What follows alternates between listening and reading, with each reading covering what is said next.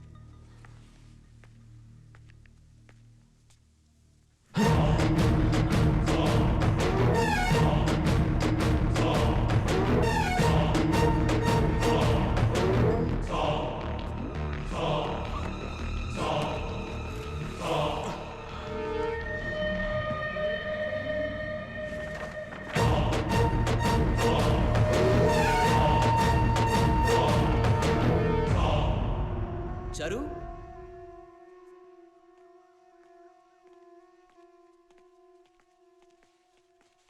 Sir இது என்னன்னு உனக்கு தெரியுதா?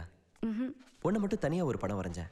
அதை கொண்டு வந்த அன்னைக்கு உன்னை மீட் பண்ண முடியல, அதனால தான் வாட்ச்மேன் கிட்ட கொடுத்துட்டு போனேன். அந்த டிராயிங் தானே இது?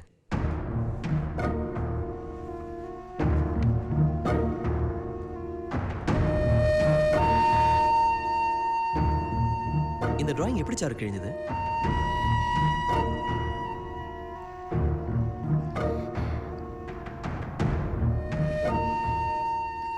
என்னடி என்ன லூஸ் மாதிரி உட்கார வச்சுட்டு உன்னை மட்டும் தனியா வரைஞ்சிருக்கான்? லதா வேணா லதா ப்ளீஸ் லதா கிழிக்காத லதா ப்ளீஸ் லதா லதா ப்ளீஸ் லதா வேணா லதா லதா லதா ப்ளீஸ்.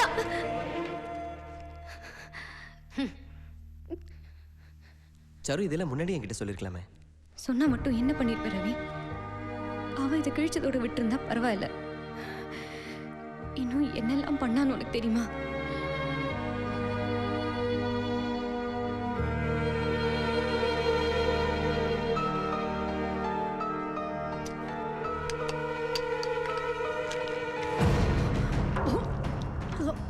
ஐயோ லதா லதா என்ன பண்ணிட்டு இருக்க?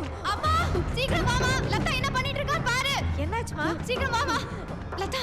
ஐயோ என்ன பண்ணிட்டு இருக்க? லதா துப்பமா என்னமா நீ?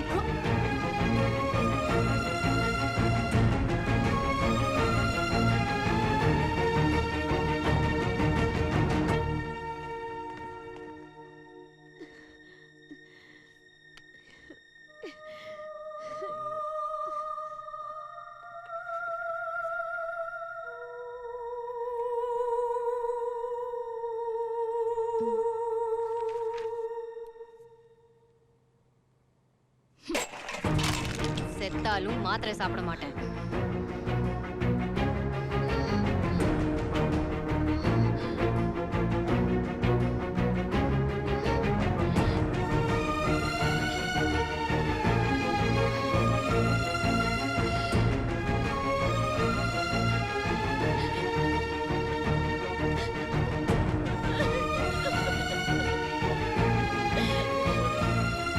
இல்ல டாக்டர், இதை இப்படியே விட முடியாது.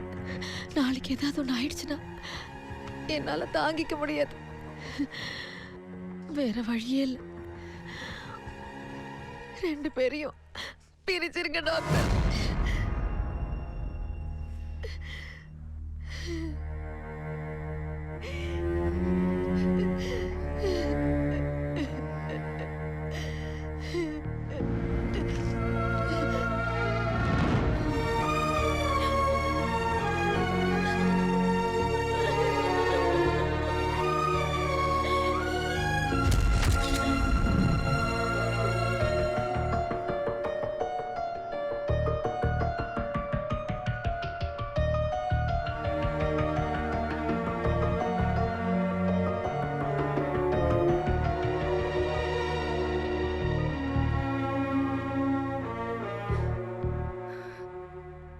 நல்லா தானே இருந்தா, அவளை அப்படி பண்ண ஆச்சரியமா இருக்கே. ஏன்னா அவளும் உன்னை லவ் பண்ணா, என்னை விட அதிகமா லவ் பண்ணா.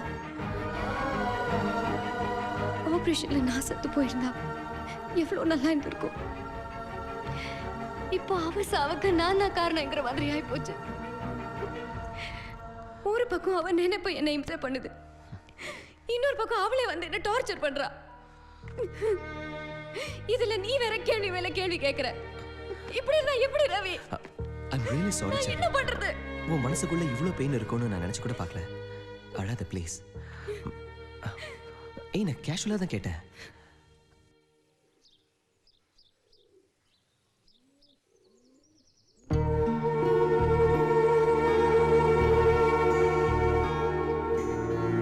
எஸ் டாக்டர், முடிஞ்சிருச்சா?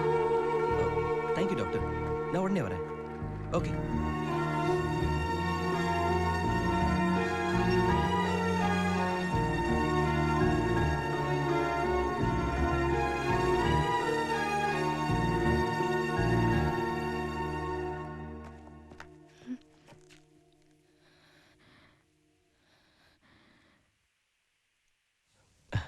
ஒன்றும் கவலைப்படாத, கூடிய சீக்கிரம் அம்மாவை கூட்டிக்கிட்டு ஊருக்கு போயிடலாம்.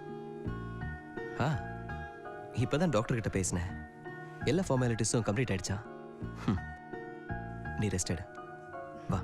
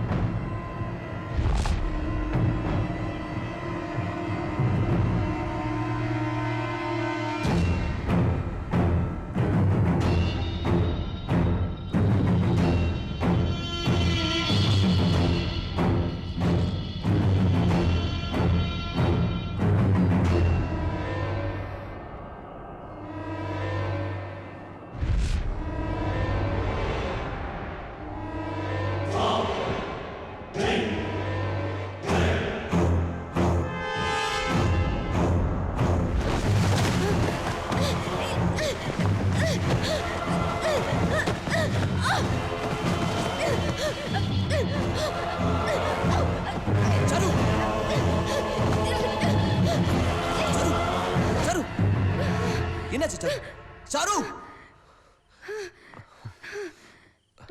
I don't understand. Charu, what's happening to you? அவன் மறுபடியும் என்ன அட்டாக் பண்ணா. No, Charu. Listen to me. We have to go to the doctor. என்ன கொல்லாம விட மாட்டா. No, you have to. அவ இருக்கா, லதா அந்த வீட்ல தான் இருக்கா. அத ரவிக்கு தான் புரியல. லிஃப்ட்ல உனக்கு லதா தெரிஞ்சிருக்கா, நீ அவளை தைரியமா ஃபேஸ் பண்ணிருக்க. அது வெறும் மன பிரம்மங்கிறதுனால மறைஞ்சு போயிடுச்சு. இதே மாதிரி தைரியமா நீ வீட்லயும் பாத்திருந்தா இதெல்லாம் இல்யூஷன், வெறும் பிரம்மதான்னு கன்ஃபார்ம் ஆயிருக்கும். இது பிரமே இல்ல, இதுல எனக்கு எந்த சந்தேகமும் இல்ல. ஓ சாரு, நான் சொல்றது ஏன் உனக்கு புரியவே மாட்டேங்குது? ஐயோ டாக்டர், எனக்கு புரியுது, உங்களுக்கு தான் புரிய மாட்டேங்குது. அவ என்னமோ ஒரு நிமிஷத்துல செத்து போயிட்டா, நான் தான் இங்க நிமிஷத்துக்கு நிமிஷம் செத்துட்டு இருக்கேன். இதுக்கு மேல அவகிட்ட இருந்து எப்படி என்ன காப்பாத்திக்கணும்னு எனக்கு தெரியும். இனிமே என்ன ஆனாலும் நான் இங்க வரமாட்டேன். சாரு,